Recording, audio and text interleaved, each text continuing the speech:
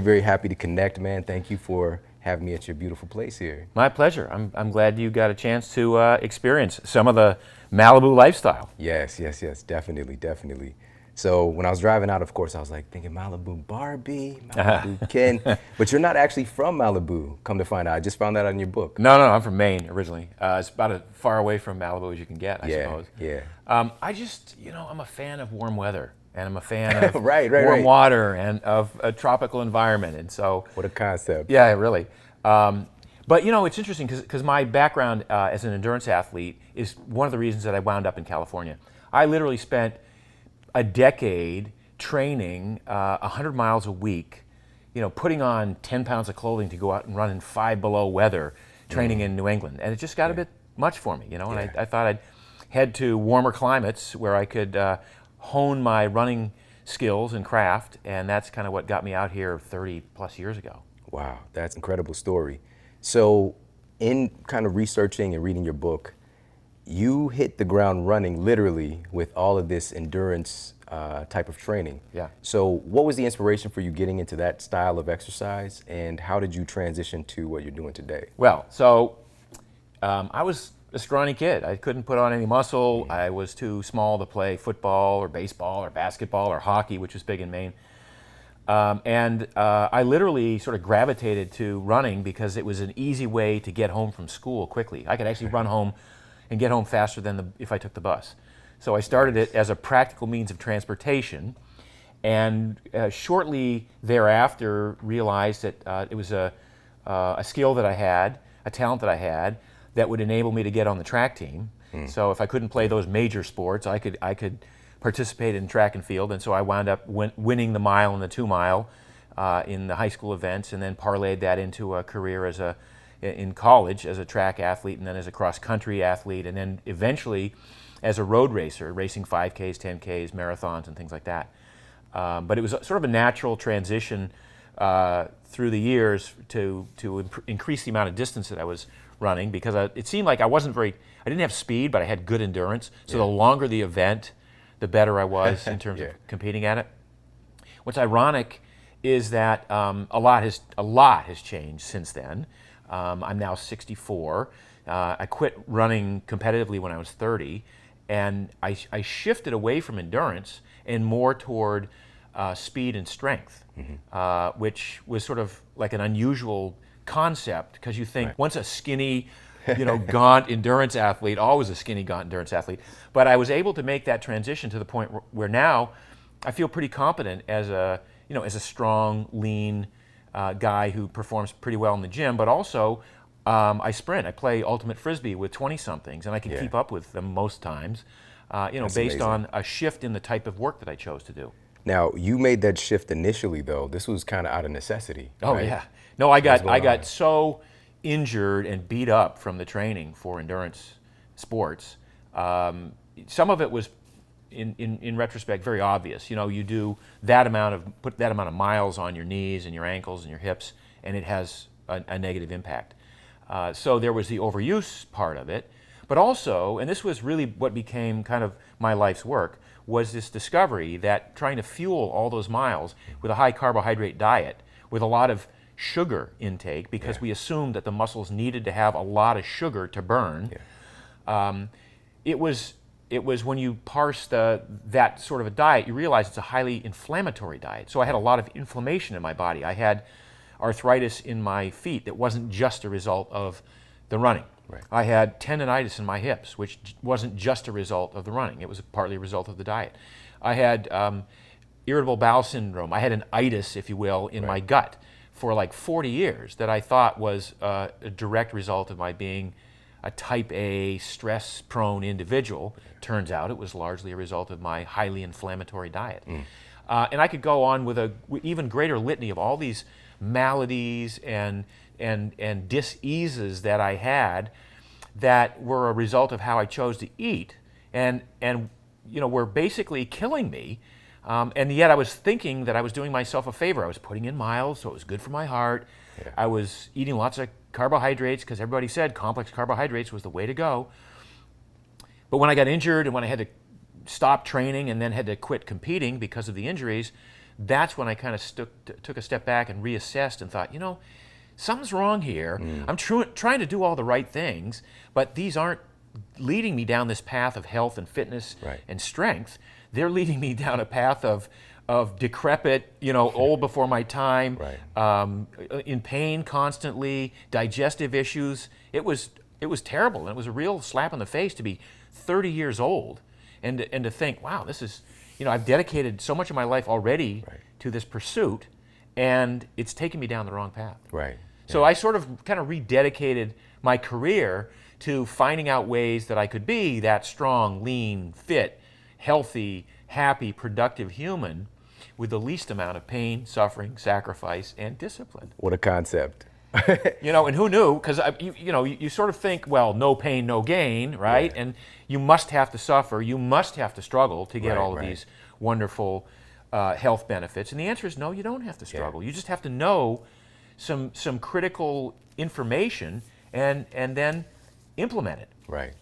And also with your dedication, it's just like if you're not getting the result, you must have to try harder. Oh, and that's classic, isn't it? Especially in the endurance community. Yeah. You race and you don't have a good race, and you think, well, it must be because I'm not putting in enough miles. And you're already beating yourself up with way too many miles. I mean, if I had to do over again, I would cut back, I'd do maybe 60% of the miles that I did, maybe even less. I'd eat differently. I'd look at my recovery a whole lot in a completely different light. I'd pay much more attention to sleep as a major element of recovery. And I'd maybe pay more attention to, certainly more attention to the diet in terms of how it was promoting inflammation. And I'd have transitioned away to a diet that was anti-inflammatory in nature. And then ultimately, which we now know and is the essence of everything I talk about now, a diet that was contemplated to make me better at burning fat and less reliant on glucose and sugar. Right. That's exactly what I want to talk about now. Right now, obviously there's this, and I mentioned this in the intro, ketogenic, it's hot, right? The name is hot, but this has been around a very long time. And as a matter of fact, we're talking even early humans, early versions of humans were eating this way. So let's talk about what is a ketogenic diet actually mean, and what are the kind of principles behind it? Well, to me, a ketogenic diet means a diet in which it promotes metabolic flexibility. It promotes primarily your sort of God-given factory setting at birth, which wants you to be good at taking your stored body fat and using it as fuel. So the Keto Reset Diet is about using a ketogenic diet strategy to train your body to be so good at burning fat that you don't need so much glucose or glycogen or carbohydrate as a substrate. To train your body to be so good at extracting energy from fat that it can also take some of that fat and make a super fuel out of it in the liver, which we call ketones or ketone bodies. And that super fuel can be used by the brain, by the muscles, by the heart, and it's an endogenous fuel. We make it ourselves, but we have to train our bodies how to do that. And so the book is really about how do we train ourselves to become this metabolically flexible machine that's good at generating energy from stored body fat or fat from your plate of food, generating energy from glucose if glucose is present, generating energy from ketones if ketones are the only thing around, and not so prone to tear into muscle tissue and become catabolic because your body is expecting you to have glucose, and if you don't eat carbohydrate to create glucose, then all of this cascade of hormonal events take place that are not pretty and cause issues with a lot of people. Now, I don't want to confuse your audience with that scenario, but basically if you go back and you think back 2 million years, humans are basically 2.5 million years old. We evolved from lesser apes, but there's been about 2.5 million years of human evolution. By the way, hundreds of millions of years of evolution before that, all leading up to this ability to consume excess calories. So we're wired to see a big thing of food, could be a grove of fruits, could be a mastodon that we just killed, could be some roadkill that some other animal got, but we're wired to eat, and we're wired to overeat because the body was in this crucible of evolution. We had periods of feast and periods of famine. And so during the periods of feast, you're wired to overeat. The beauty of that is we are so adept at taking excess energy and storing it as fat on our bodies. Now, almost to a fault today, right? So many people are adept at storing fat. But our our predecessors were also great at taking this stored fat, and when there was no food for a day or 2 or 3, take this energy that we'd stored as body fat and then put it back into circulation, burn it as fuel, and use it to live on for days or weeks at a time. So it was this sort of elegant back and forth ability to store fat, take it out of storage and use it, and that's really the skill that we're trying to develop here. We have the skill already. We all know we can store body fat, but many of us have lost the skill to be able to take that fat out of storage and burn it as fuel and reduce the amount of stored body fat on our bodies and trend toward our ideal body composition, and take that energy and not have to eat a meal every 4 hours all day long, but to be so metabolically flexible and metabolically efficient that that energy is always there for us, whether or not we're eating enough. That energy is always there for us in the face of a business meeting that gets in the way of lunch, or a trip across the country in a plane that doesn't serve food, or just choosing not to skip dinner tonight because I'm not hungry. Why should I eat? What a concept! What of a that concept! Too. Right. Yeah. And in developing this metabolic flexibility, we also, and like this is the greatest side benefit of all, hunger, appetite, and cravings get suppressed. Right. You no longer live your life from one meal to the next going, oh, lunch was great, but what's for dinner? Shawn, where are we going for dinner?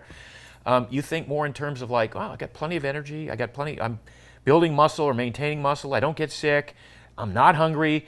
Why do I need to eat, right now? Or why do I need to eat because it says it's 6:30 and that's always dinner time? Yeah. It opens up this amazing new freedom and flexibility to allow you to untether yourself from hunger and appetite and cravings. Oh man, this is, first of all, I'm hungry. Second of all, this is really powerful because I would liken this to an accounting class. I remember a concept called LIFO, FIFO. Yeah. And LIFO is last in, first out. Yeah. And if you're constantly eating carbohydrates, your body's not going to do that work. All the work it has to do to go break down fat and use it for fuel, it's going to jump right to those carbohydrates. As long as you're continuously supplying fuel to your body, the body goes, why do I need to tap into my stored stuff? I'm just getting regular supplies of energy all day long. I don't need to burn off body fat. So this is one of the basic tenets of a modern lifestyle, is that we've had this assumption that we need to have carbohydrate to live, that the brain needs carbohydrate, which it converts to glucose, which we know as blood sugar or blood glucose, that the brain then requires a ready and steady supply of glucose all day long, sometimes 120 grams a day for the average sugar burner, and that's the term that we use for people who are really good at burning sugar and not good at burning anything else. If that's the path that you go down and you live that life, which 99% of people do these days, then yes, you always need to be constantly refilling that glucose tank to be sure that there's enough glucose for the brain to operate. Now, how you train yourself out of that paradigm is to gradually restrict the amount of glucose, the amount of sugar, the amount of carbohydrate that you take in, and force your body to go, there's not going to be a lot of glucose around for the next couple of hours or maybe the next couple of days or weeks. So we have to tap into that ancient wisdom that is in the DNA. We have to flip on genes that build more mitochondria, because mitochondria are these little powerhouses of every cell where the fat gets burned. So when the body recognizes there's not going to be a lot of glucose, it says, let's make more energy from the fat. And in order to combust that energy, we have to build more mitochondria. So it's an amazing response. We call it mitochondrial biogenesis, the manufacturing of more mitochondria. It happens as a result of the signals that you're giving your body from the types of foods you choose to eat. It's so elegant, it's so beautiful, it's so perfect. But it requires an adherence to an eating style that suggests that you have to eliminate or dramatically reduce carbohydrates. You have to eat healthy fats, not unhealthy fats, and there's a distinction, and quality sources of protein. But as long as you're providing enough protein for your body to maintain muscle and build more muscle and make enzymes. It's not that much, by the way, it's not that much protein on a daily basis. As long as you're providing enough glucose that the brain doesn't have to get too antsy, and you can go down to 0 glucose, but we're not suggesting that. You could go as little as 50 or 60 grams of carbs a day to make the glucose. Then you're forcing, and then make the difference up with fat, with the healthy fats. Then you're creating a situation where the body it knows exactly what to do. You don't have to cajole it or take any meds or do any surgical intervention. The body knows exactly what to do. It says we're going to take a triglyceride, which is the form that fat takes throughout the body. We'll strip off the glyceride, the glycerol part. We'll make glucose out of that. We'll take the 3 fatty acids. We'll combust those in the muscles, and we'll use that for energy. And if we have more than we need of that, we can send the rest of them to the liver, and the liver can make ketones, and then that can be sent to the brain to fuel the brain and offset the need to take in any form of carbohydrate to make glucose. It literally becomes a closed system that you could go, if you train yourself to do this appropriately, and this is what we talk about, how to get there, you could go for days without eating. And I'm not even recommending that, but people choose to do it all the time. It's called a fast, right? But you could go for days without eating and maintain muscle mass, create these ketones to fuel the brain, and have actually, many people would report greater energy during this phase, and have energy to get through the day and have more clarity and mental clarity and more productivity. It's almost unbelievable that you could access this state, and yet it is like the default state of human beings. It is what we're wired to do if we give ourselves the right training, if we send the right signals to our cells. Yeah, absolutely. I was just wanting to ask you about specifically how is this actually good for your brain? But one thing just popped in my head, which is if you think about, we talked about our evolution, we didn't really even have this kind of access to these carbohydrates in the first place. No, that's the irony. People think today, well, you need carbs to live, and especially if you're an athlete, you got to get 500 grams of carbs a day. And looking back over human history, for the most part, we did not have access to a lot of carbs. And what carbs we did have access to were typically, very what we would call low glycemic index. Right. They were locked in a very fibrous matrix. So any form of carbs that you got were accompanied by a lot of fiber, which is a great thing. It's a good thing for digestion and for feeding your gut bacteria. But that's not what we face today. In modern society with the standard American diet, we've got access to cheap carbs that convert to glucose almost immediately in the bloodstream, whether it's processed grains in the form of wheat flour and corn flour and things like that, or whether it's the pastas and the cereals and the breads and the cakes and the pies and the candies and the sugars and the sweetened beverages and all of the forms of sugar that we take in. By the way, I use the term carbohydrate and sugar and glucose sort of interchangeably. Carbs turn into glucose in the bloodstream. To the extent that a bowl of Skittles and some whole grain bread kind of have the same glucose impact in the bloodstream. The body doesn't care where the glucose came from. It just sees it's glucose and recognizes it as blood sugar. That dose of glucose causes a rise in insulin because in the average human body, there's only ever about 5 to 6 grams of glucose in your entire bloodstream at any one time. That's like a teaspoonful of glucose.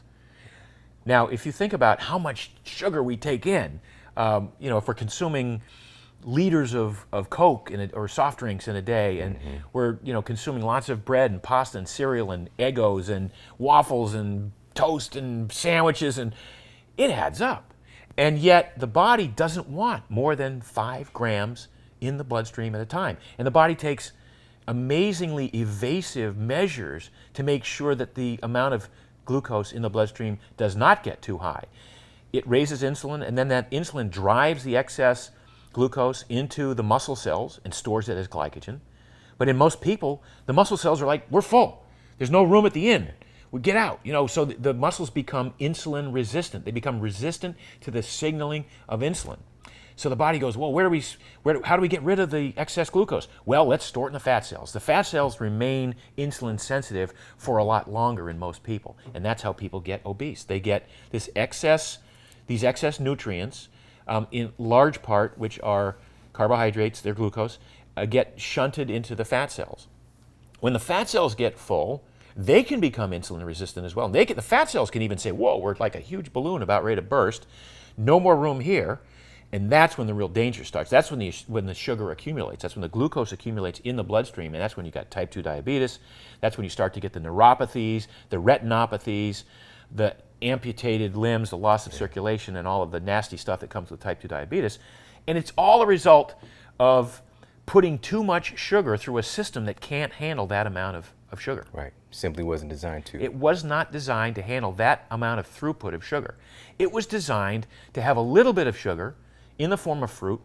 And by the way, fruit, for the most part, is fructose. And fructose doesn't even get converted to glucose that much. Fructose typically goes to the liver, where it's either stored as glycogen, if there's room, or it becomes triglycerides. And if it becomes triglycerides, in the context of evolution, it gets stored as fat. So if you think about ancient humans at the end of the growing season, coming into winter, and the scarcity of food in the winter, it makes total sense that eating a lot of fruit, which turns to triglycerides and gets stored as fat, would be the perfect way to fatten up for the coming scarcity of food. Yeah. It's so elegant when you think about evolution and you think about how we survive these long periods of not eating a lot of food. It's not that elegant when you think about our access to unlimited amounts of food today. That's crazy you put in those terms. Now, with the ketogenic approach, and I just saw this the other day, I was watching TV and there was some random, this is why I don't watch TV that often. It was a drug commercial and they were like, if ketoacidosis occurs, and I'm just like, people are gonna confuse these two things. So let's talk about the difference with ketoacidosis. Okay, so first of all, the idea that the body can make ketone bodies by itself. So we don't need an outside source of fuel or food to make ketones. We can make it through stored body fat. So the body has this opportunity to make this superfuel in the liver, and over time, when you restrict carbs enough, the amount of ketones that the liver can make increases. In fact, the liver can make up to 150 grams of ketones a day. That blows my mind because that's like 700 calories worth of ketones. That doesn't even count the fat that we're burning in our muscles. So the body has this amazing ability to make these ketone bodies.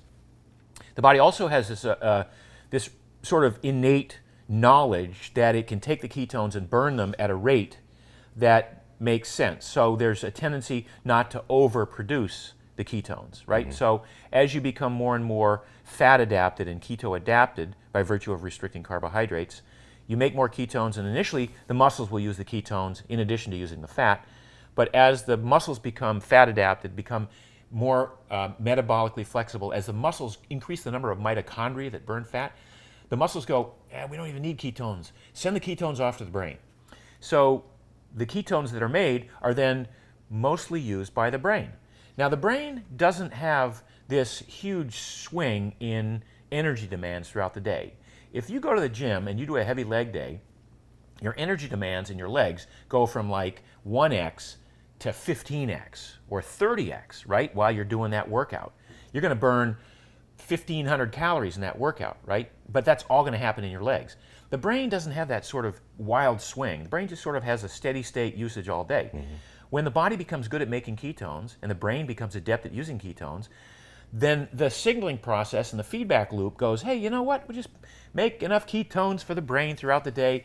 And so over time, people who have been really cutting their carbs way back for long periods of time and have been in what we would call ketosis are actually producing very few ketones. They're becoming so efficient, they only make the ketones that they need. They don't overproduce the ketones. Now, people who are new to a ketogenic diet, the first couple of days or weeks, the body's going, whoa, what's going on here? You're restricting glucose. We're not really ready to burn a lot of fat because we haven't built that metabolic machinery yet. But we're going to make ketones because we know how to make ketones. So we'll make a lot of ketones and we'll overproduce ketones. So the early days of being in ketosis, people will go, I took a blood ketone test and my numbers are really high. I'm really succeeding at this thing, right? Or people might use the urine strips and say, I'm peeing purple. It's great. Look at this. Look at how purple this thing is. It means that you're peeing out the ketones. You're making so many ketones, the body isn't using them. Now, some people might say, well, that's that's a good thing because you're wasting energy. You know, if I want to lose weight, then I want to spill out these things that could be burned as energy. On the other hand, if you want to be metabolically flexible and efficient, you don't want to waste energy. And from an evolutionary standpoint, wasting energy is the worst thing that any animal could do. Because Right. energy is expensive, and you want to hold on to it. That's why we store fat. So over time, you make these ketones, and there's a regulatory system in the body where as the brain's ability to use ketone improves, and as the muscle's requirement for ketone subsides, you reach this nice little homeostatic level of ketone production. Now, to further add a level of interesting element to it, shall we say, insulin turns off ketosis. So if you take in an extraordinary amount of carbs, not even extraordinary, if you take in like 40 grams of carbs in one meal, the body will go, hey, that's a lot of sugar, we don't need to make ketones, let's stop ketones immediately. So that amount of glucose causes insulin to rise up because it's more than the bloodstream can handle. That insulin then cuts off the production of ketones. So it's a beautiful kind of system here, right? Now, there is an issue when the body overproduces ketones. If the body produces ketones and makes more and more ketones and doesn't know how to use them and hasn't built the metabolic machinery, if the ketones accumulate in the bloodstream at a higher and higher rate, it causes the pH, the acidity of the blood, to increase. The pH goes down, the acidity goes up. So this is a condition known as ketoacidosis.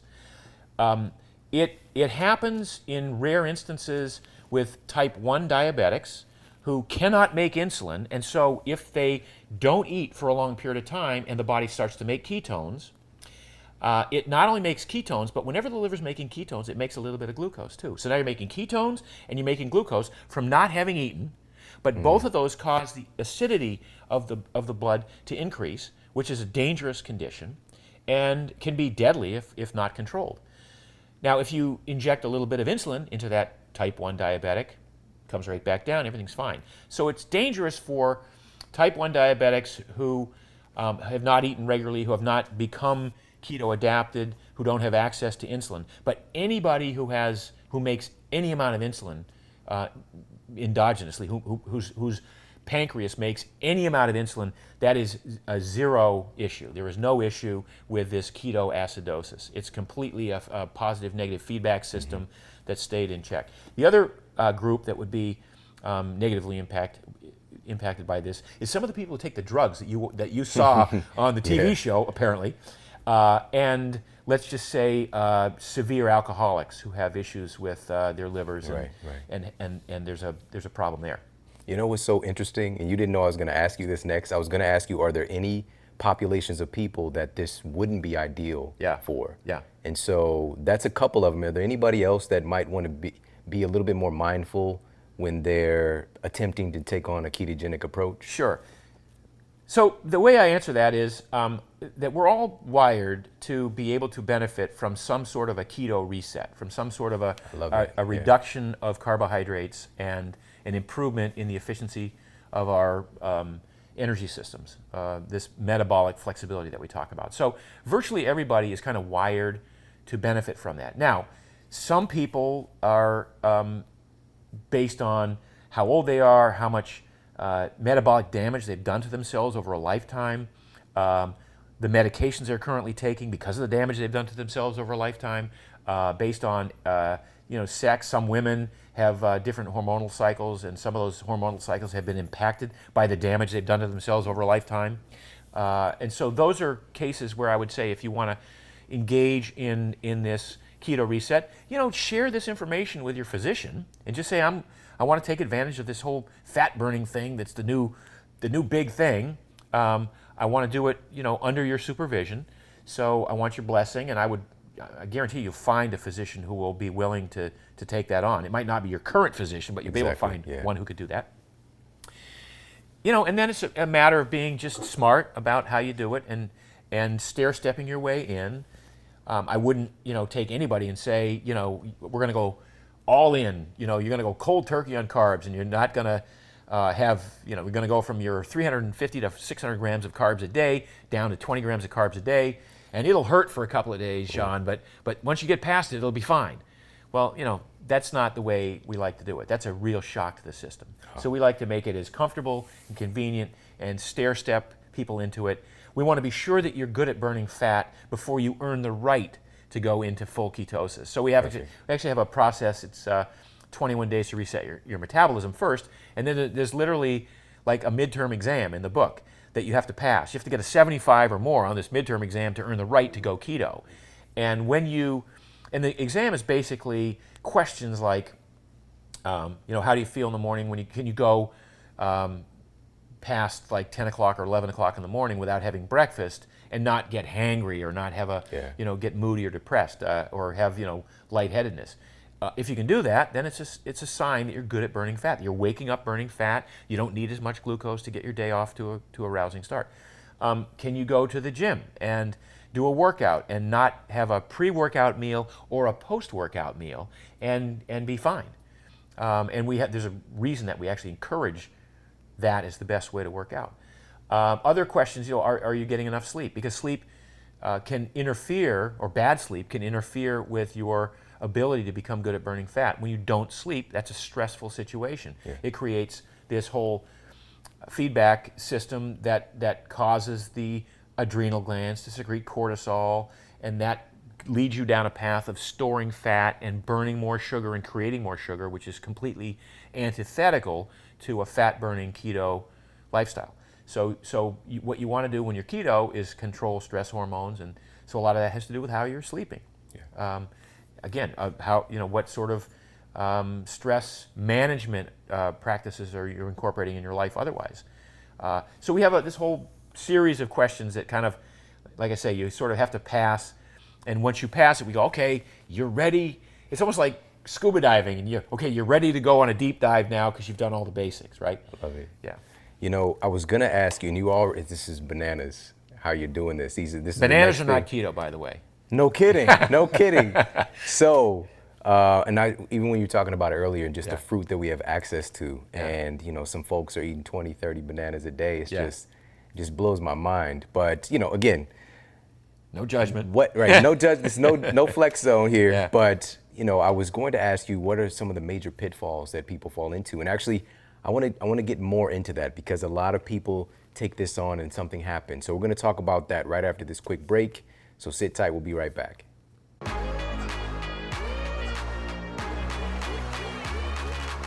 All right, we are back, and we're talking with the primal superhero himself, Mark Sisson. And before the break, we were talking about some of the big pitfalls that can happen when people take on this ketogenic approach. Again, there's a lot of different protocols out there, a lot of different programs, but they're missing out on key parts here, because we want to make sure if this is something that is attractive to you, that you get the right information and that you're aware of the places that you can fall a little short and maybe kick yourself out of ketosis or something even worse. So let's talk about some of those pitfalls. And the first one I want to talk about is the stress component. Sure.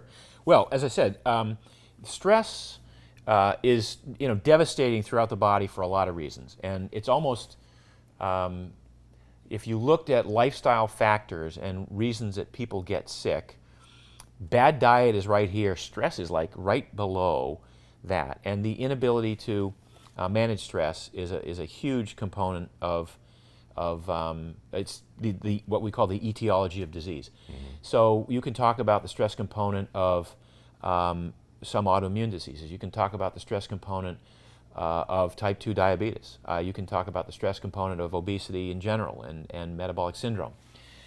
What happens under most conditions of stress, and by the way, stress is not generally a bad thing. I mean, you build muscle as a result of stress that you incur in the gym. It's hormetic but stress. These are hormetic stressors. These are acute stressors that, when controlled, actually cause the body to respond positively. But, and the best example I'll give you is that when I was a runner, the occasional hormetic stress was going to be contemplated to make me better at what I was doing, but doing it the same thing day in and day out, 15, 20 miles a day every day, ultimately destroyed me, because all it did was accumulate damage. It was an accumulation of stress. So when we talk about what happens to the body under stress, the biochemistry of it is that there's a signal sent from the brain to the adrenal glands to secrete hormones. Adrenaline, norepinephrine, epinephrine are the common ones that we think about, but cortisol is this sort of long-term stress response that has interesting consequences. So when you're under stress, the body secretes cortisol. Cortisol tears down muscle tissue, first of all, so that the amino acids in the muscle can be sent to the liver to be made into glucose. So the brain can have more glucose and the muscles can have more glucose to run fast. It basically shuts down a lot of bodily functions. So cortisol suppresses the immune system. Cortisol, from the perspective of evolution, would be like, okay, why would I invest in resources that might save me in a year or two with an immune system when I might not live the next hour or two? Cortisol basically shuts down a lot of reproductive processes. Again, the body goes, well, why would I invest in reproduction when I might not even live the next couple of hours? So cortisol decreases the uptake of calcium by bones. Again, you want to divert the calcium to the electrical channels that are causing nerves to fire and hearts to beat, rather than building a structure that, again, will have no use if I don't survive the next couple of hours. So cortisol has all of these sort of consequences that make sense in terms of a short-term event, like I'm being chased down the plains of Africa by a saber-toothed tiger. I got to survive the next 2 hours, and if it takes me a couple of days or weeks to repair the short-term damage, to improve the uptake of calcium by bones, to reset my immune system back to where it should be, then so be it. I just need to survive the short term. So that makes sense in the context of like these occasional traumatic stressors. Now, fast forward to modern times. Oh my God, the bills due, the mortgage payments due, the noisy neighbors next door, the traffic on the way to work. Oh boy, all of these things that we take on as stress. My relationship isn't where it needs to be. I'm worried about the kids. Are they gonna? We all find ways in which to generate this same signal in our brain that causes the same secretion of chemicals that has the same devastating effect, except now it's not just once in a while. It's chronic. It's chronic. It's all the time. So one of the effects of cortisol is that it encourages the deposition of fat. And it also encourages what we call gluconeogenesis, the manufacturing of glucose by the liver. So if you're trying to burn off fat, and yet you've got these stress hormones that are causing you to make more sugar in your liver, and also causing you to want to retain the body fat that you already have and not take it out of storage and burn it, those two things don't jibe. Yeah. They don't go together. So we need to figure out ways to reduce stress. So that's one of the things, that's one of the reasons that in the book we talk a fair amount about the fact that you could get all of the macros right, yeah. and still sort of be at a plateau or not have the results you want because you didn't correct some of the other lifestyle factors that we need to address. I love it.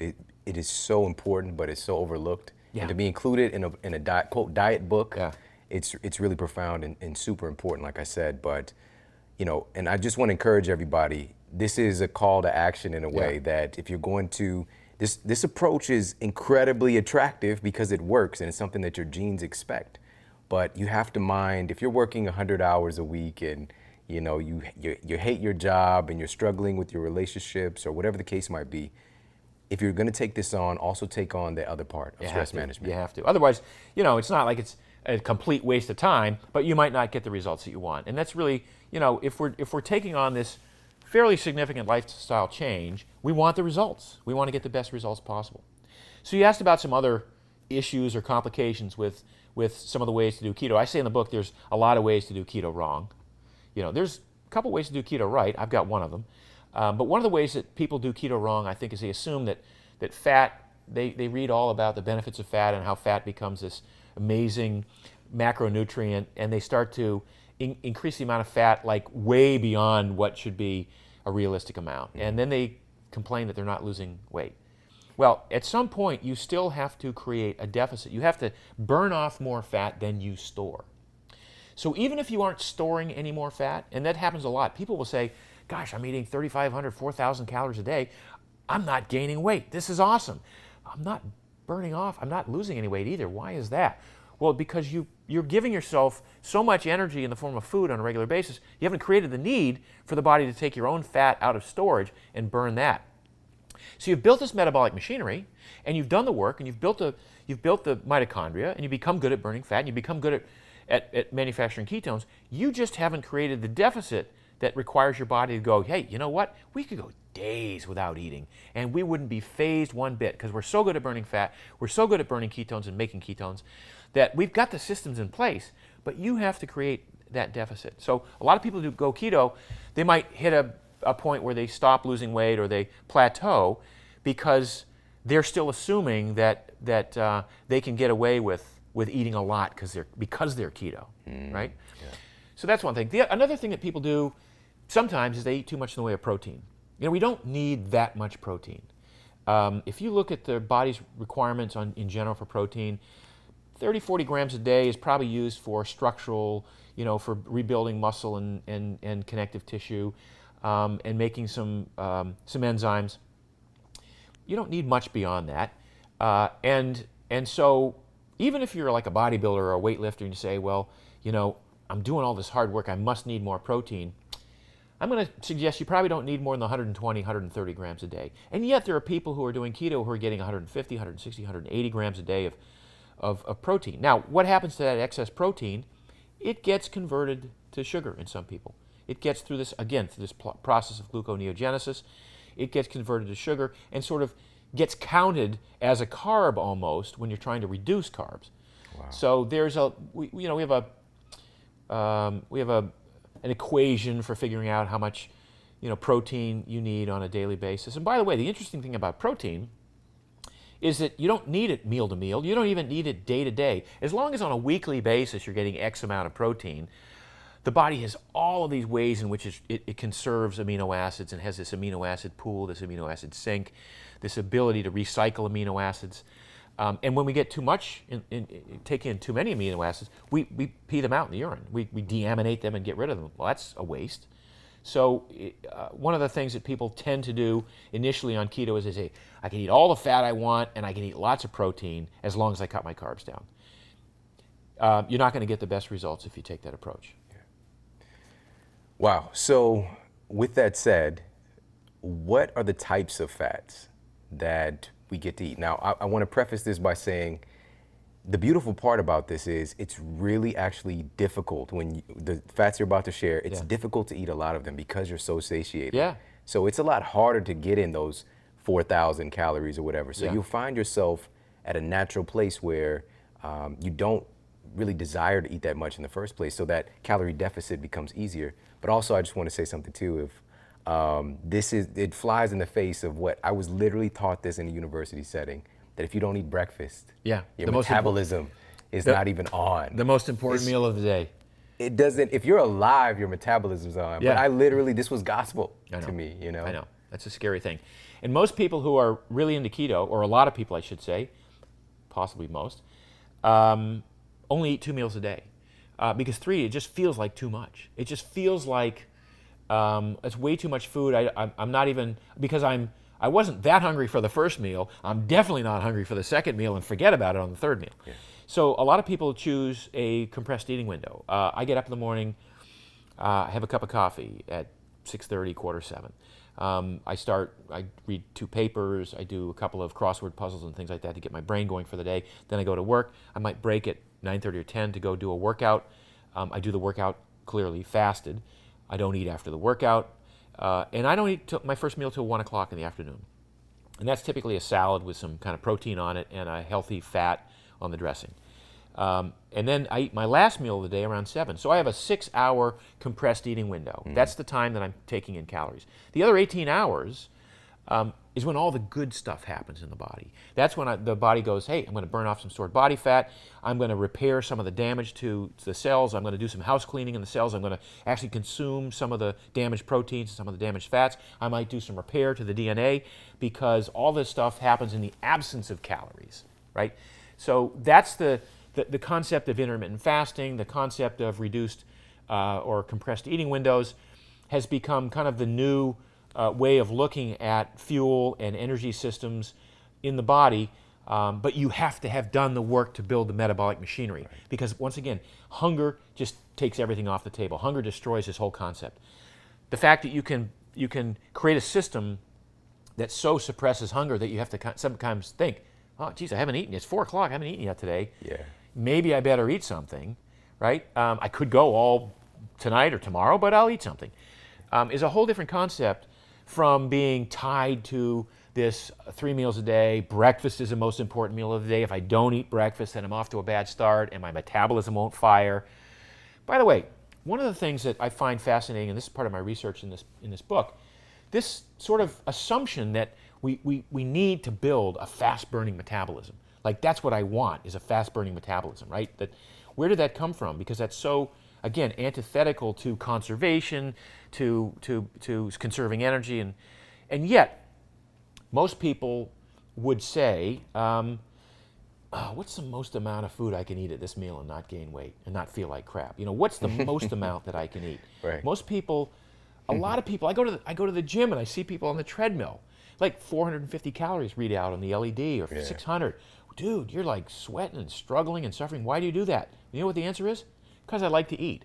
Oh. Are you kidding me? Yeah, Dude, it hurts. you would rather put yourself through that amount of misery just so you can take a couple of more bites of something you probably shouldn't eat in the first place? And yet, this is how people tend to kind of orchestrate their day and live their lives. There's this inherent gluttony in Americans in particular.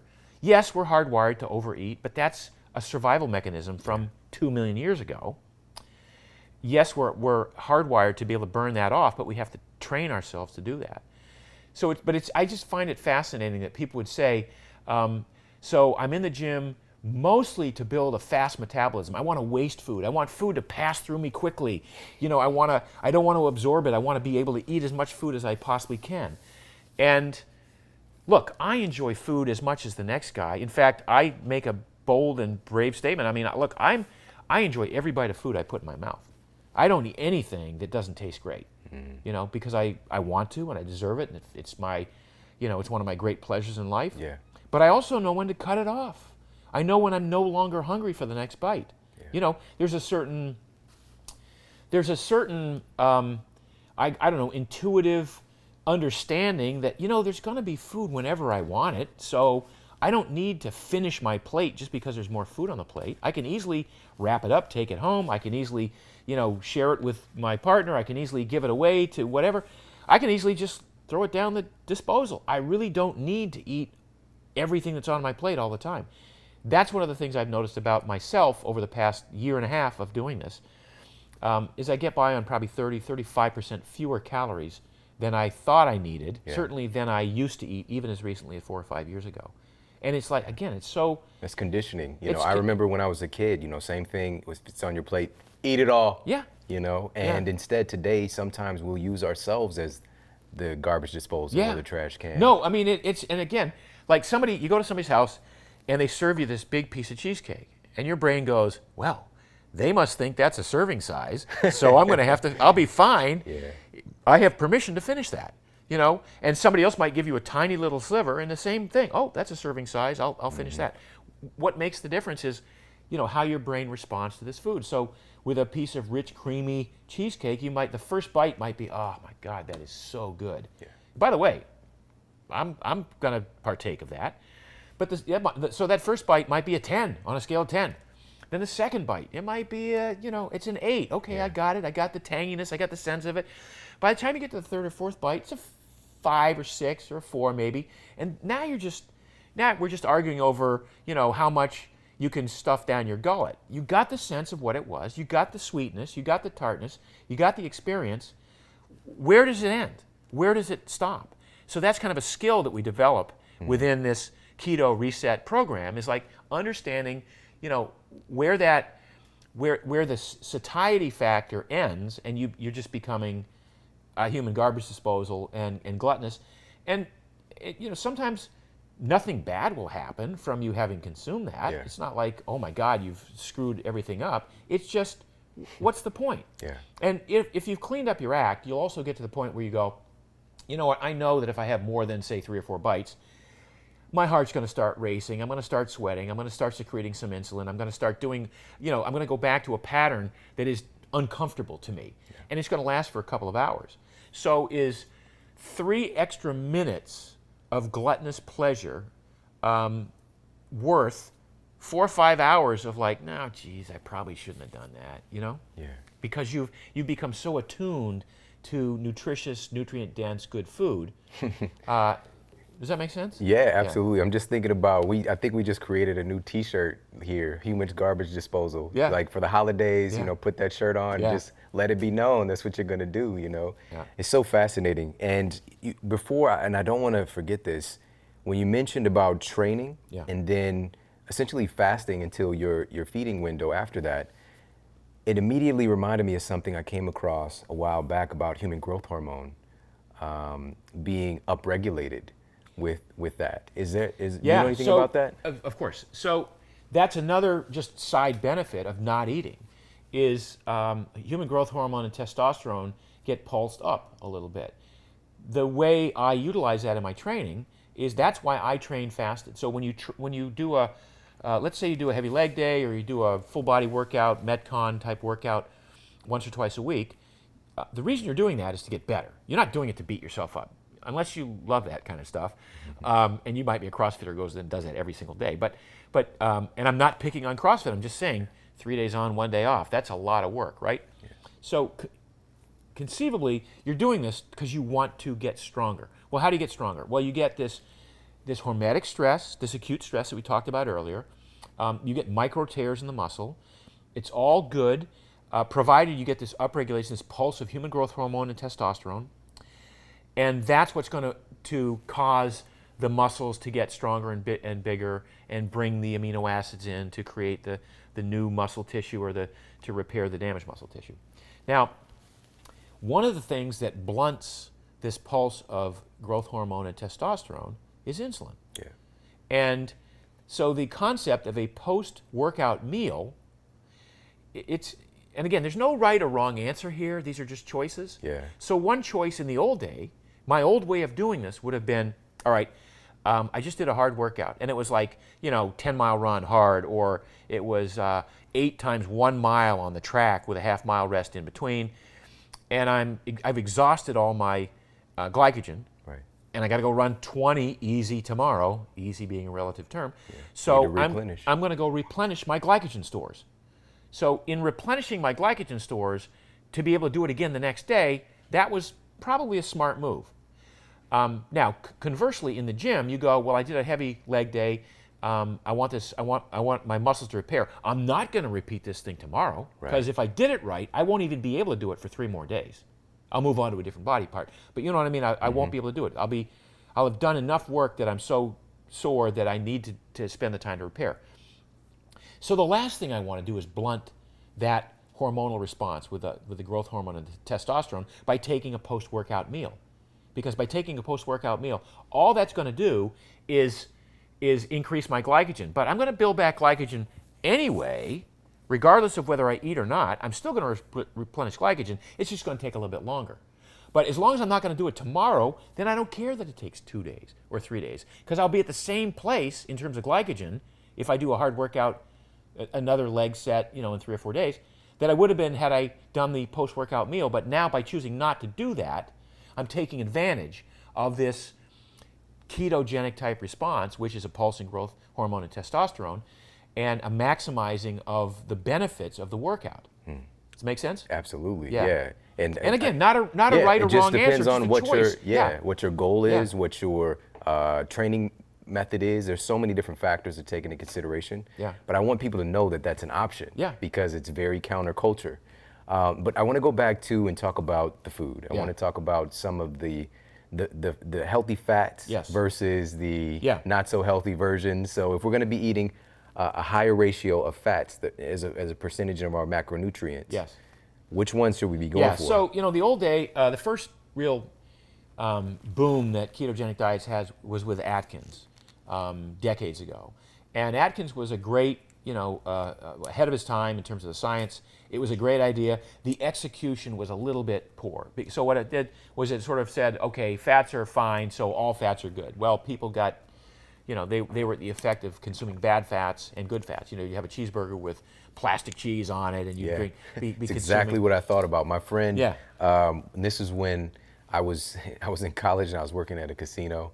He was one of my friends at the casino, which if you value your sleep, don't work at a casino, Yeah, because for I was sure. literally hearing the Ding, ding, ding, ding, ding, ding. I hate in my that. head. And but anyways, he slimmed down all of a sudden. Yeah. I came over to his house. We were playing Madden, and he came out and he had two, and I've never seen this before. Yeah. His first time. This was like in the year 2000, 2001, and he had 2 burger patties. Yeah. And that plastic cheese sitting Yeah. on top of it. Yeah. And I was like, what are you doing, man? He was like, it's Atkins, man. Yeah. And I was like, okay. Yeah. And I was like, it must be working, but he, of course, he hit a wall, and Yeah, so the we look, story. and again, that's a good point, that it's not just about the gross macronutrients, it's about the quality of those macronutrients, the quality of those foods. So when we talk about this being a high-fat, moderate protein, low-carb eating strategy, the high-fat part is important to understand. We're getting rid of the industrial seed oils. So we're getting rid of those oils that are harshly extracted from corn, from soy, from rapeseed, which is canola oil, that are high in omega-6 fats,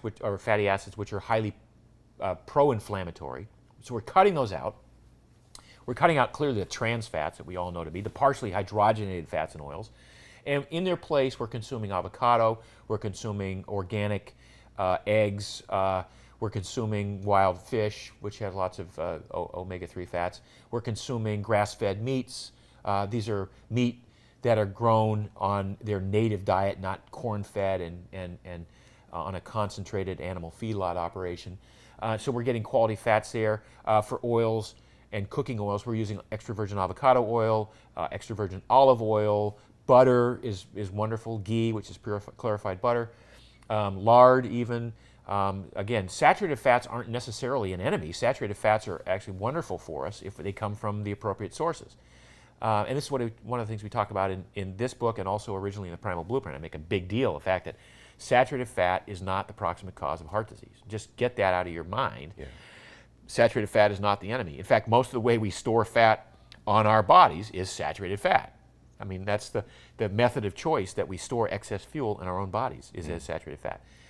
So the idea that you can identify certain healthy fats, incorporate those healthy fats into your diet, is what makes this strategy so compelling for a lot of people. Imagine having, like I do every day, a big salad, because this amount of salad, green leafy vegetables, and some couple of beans and some cherry tomatoes and some radishes and some celery and some red peppers. There's not 20 grams of carbs in that entire big bowl. And on top, I put 25 or 30 grams of protein. I might put chicken breast. I might put steak left over from last night. I might put tuna fish on, or some eggs. I put some nuts on, and I douse it with a healthy salad dressing, and I make this Primal Kitchen dressing for me. I make it for me because I wanted something that I could use with reckless abandon on my salad, and have that salad be even healthier as a result of the oil that's in the dressing. So we use avocado oil, which is the healthiest of all the oils. And you might be the only company that I've come across that does that. This is why big fan of it, and even my son, my 6-year-old, eats the ranch dressing too. Oh, great! So that's awesome. amazing. Glad to hear that. But so why the avocado oil though? It is the healthiest of the oils. So we chose avocado oil for a number of reasons. First of all, mayonnaise was this sort of holy grail of condiments that anybody who's eating clean for the last 30 years goes, oh, I'm eating clean. I can't have store-bought mayo, and I hate making it myself. Half the time it doesn't turn out, and when it does turn out, it only lasts 3 days, and then it goes so bad it can kill you. So there's all these reasons that people just got mayonnaise out of their lives. And what did that mean? They couldn't have chicken salad, they couldn't have potato salad, they couldn't have tuna salad, coleslaw, egg salad. All these things were off the menu because mayonnaise was such a sort of a nasty kind of condiment. Well, we looked at that and said, how can we change the way we eat? How can we bring this amazing flavorful condiment back on and make it healthy? So our mayonnaise is like 70% avocado oil. It's eggs from cage-free hens. It's organic vinegar from non-GMO beets. It's sea salt. It's like a 5-ingredient, wonderfully healthy condiment that you can put on just about anything. And believe me, people are putting it on just about everything. Yeah, I can imagine. Yeah. And that you literally just told my story. because we were making the mayo. It's just such a headache. So a lot of times we'd skip out on those recipes, you know. And so now it's so great to have that on hand. And all of this, everything we've covered and so much more is in the book. The recipes, the meal plans, the protocol on how to do the whole process and do it right. The midterm as well, to know which steps you're going to take.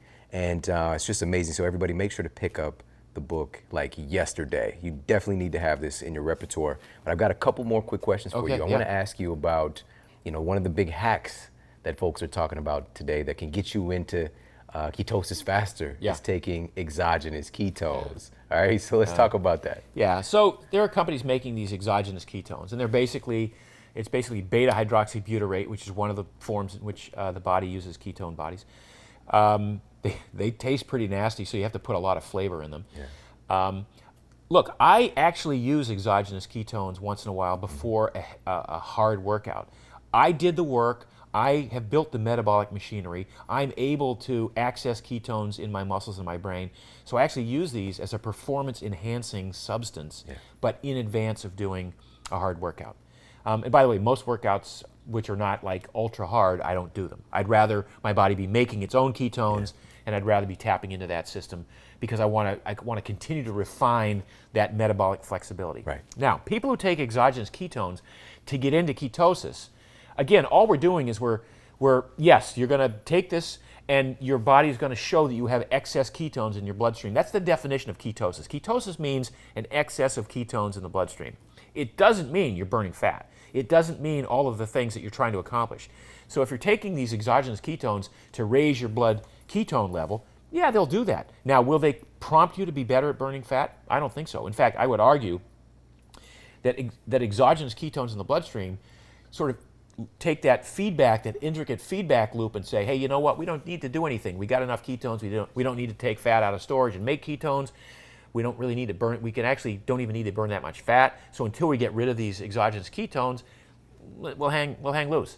So I'm not aware of many people who are benefiting from the use of exogenous ketones in a dietary manipulation with the intent of short-circuiting or hacking their way into ketosis. Yes, you'll show big numbers on your P strips. Yes, you'll show big numbers on your ketone blood monitor, but you're not burning fat. You're not actually prompting the burning of fat in doing that. I think the first thing is, and you mentioned this very early in answering that question, is that you're fat adapted. That's one of the first important parts. You got to do the work. You got to, that's the thing. And by the way, once you do the work, you can actually cruise for a while. So I don't even stay in ketosis. I don't, some days I'm 30 grams of carbs, which would be almost by definition in ketosis.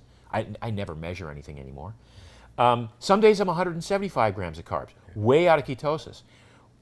Who cares? What's the difference? I feel the same either way.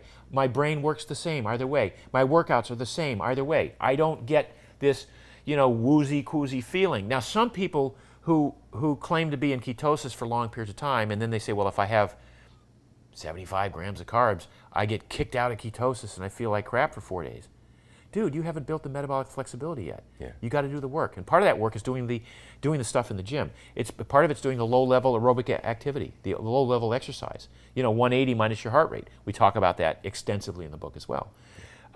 It's a combination of things, but it's all about training the body to be metabolically flexible so it can use whatever fuel substrate you present to it with equal ability, and not be. Imagine our ancestors, who were in were keto and keto trained and keto adapted and had that flexibility, and then they come across a huge supply of honey, and they forget it. Yeah, well, they wouldn't say forget it. They'd overeat. Of course they're gonna crush it. They're gonna crush it. Yeah, they'll crush it, and then, but are they gonna feel like crap for 4 days? Is that the way it's supposed to work? Maybe, but I don't think so. I think I think this is about being efficient with the use of fuel, being able to store fat when you have excess calories, being able to take that fat out of storage when you don't. That's the flexibility that we want to build and develop. Now, once you've built it, it's almost like when you first go to the gym and you get to a certain level of, you have to work hard to get to a certain level of fitness, but once you're at that level, you can maintain that on 40% of the energy it took to get there, right? As long as you don't slide way back and do nothing, your body will say, you know what, I know how to do this. Well, that's how I look at this keto reset. So when I talk about the keto reset diet, I'm talking about using this way of eating, this strategy, which is very tasty and again mitigates hunger, appetite, and cravings. I'm talking about using this as a strategy in your entire lifestyle, so that, let's just say you do a reset once a year, the way some people would do a cleanse. As long as you don't go back to eating whole loaves of cinnamon bread and icing, as long as you don't go back to eating dozens of cookies at a time. You're talking about my old diet again. But most people's diet. But as long as you don't go back there, as long as you stay within reason. Yeah. And within reason, in my case, means I can go up to 175, 200 grams of carbs a day. I could probably go up to 250. It takes a lot of effort for me to get past 250 grams of carbs a day, because that means I'm eating outside of that healthy range of options. You got to check out these recipes in here. They look amazing. We got shredded beef cabbage cups. We've got macadamia crusted mahi mahi. That's my favorite, man. I knew it would be. So you can check it out right there. And there are those cabbage cups. We've got primal cheesecake. I'm showing the camera, guys. Make sure you check us out on YouTube if you're not, so you can see how handsome Mark is. By the way, you didn't even share how old you are, well, chronologically. No, I'm 64. 64. Yeah. People would literally give one of their fingers, probably their pinky, 20-year-olds, man. Yeah. So, and we've got chocolate bark, avocado mousse, some amazing Yeah, I mean, recipes. it's like, this is not any sort of sacrifice. These are comfort foods and foods that you're used to eating, just made in a way that incorporates the healthy fats, the clean sources of protein, the herbs, the spices, and all of the methods of preparation that make food so interesting and delicious. Final question on this. Yeah. What about nutrient deficiencies? Should that be a concern if you're not eating carb-dominant foods that have certain vitamins and minerals? No. First of all, if we're looking at macronutrients, we've got those covered, right? We've got the healthy fats covered. We've got the clean proteins. We've got minimal amounts of carbohydrate. Now, in the forms of carbohydrate that I'm recommending, like, for instance, that salad that I make every day, that's more a source of fiber than anything else. It's not really big in carbohydrates. It's like, again, 15 to 20 grams of carbs, but there's a lot of fiber in there.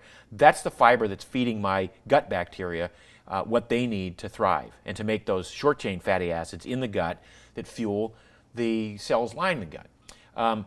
Those vegetables that I have for lunch, as well as the 3 servings of broccoli that I might have for dinner, and again, total of 12 grams of carbs in that entire 3-serving, smothered in butter, serving of broccoli.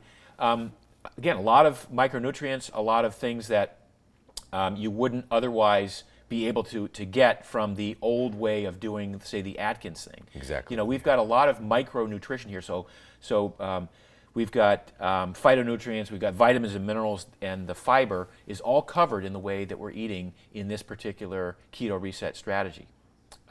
So it's now you might find, and this is one of the things that we notice, is that with the reduction in inflammation and the reduction of water, that people want to up their intake of electrolytes. So that means salting your food to taste. It means maybe putting a bouillon cube in some warm water and sipping on that once in a while. Might be taking a little bit of extra magnesium or potassium. But those are really the only short-term deficiencies, and those are more a result of not having access to the sorts of vegetables and produce that we used to have 50 years ago that actually had potassium and magnesium and stuff in them, right? Wow, I love it. I love it. Mark, I just want to thank you so much for, and I know this is going to sound crazy, I want to thank you for running yourself into health problems. Yeah. Because that eventually... No, I wouldn't take any of it back. Yeah. That eventually led to you just being a total game changer for so many of us. Yeah. And thank you for continuing to share your story and for being such a gifted presenter with the science and speaking to my man brain, and as well as everybody else listening too, and helping all of it to make sense for folks. And just thank you so much and continue the great work. Thank you, Shawn. It's great hanging out with you, man. Now, one final question. Okay. What is the model that you're here to set for other people with the way that you're living your life personally? You know what I've said for a long time, and no one's ever asked me this before, but I want to show people what 70 is supposed to look like. Yeah, perfect. Mark Sisson, thank you so much. All right, thanks, man.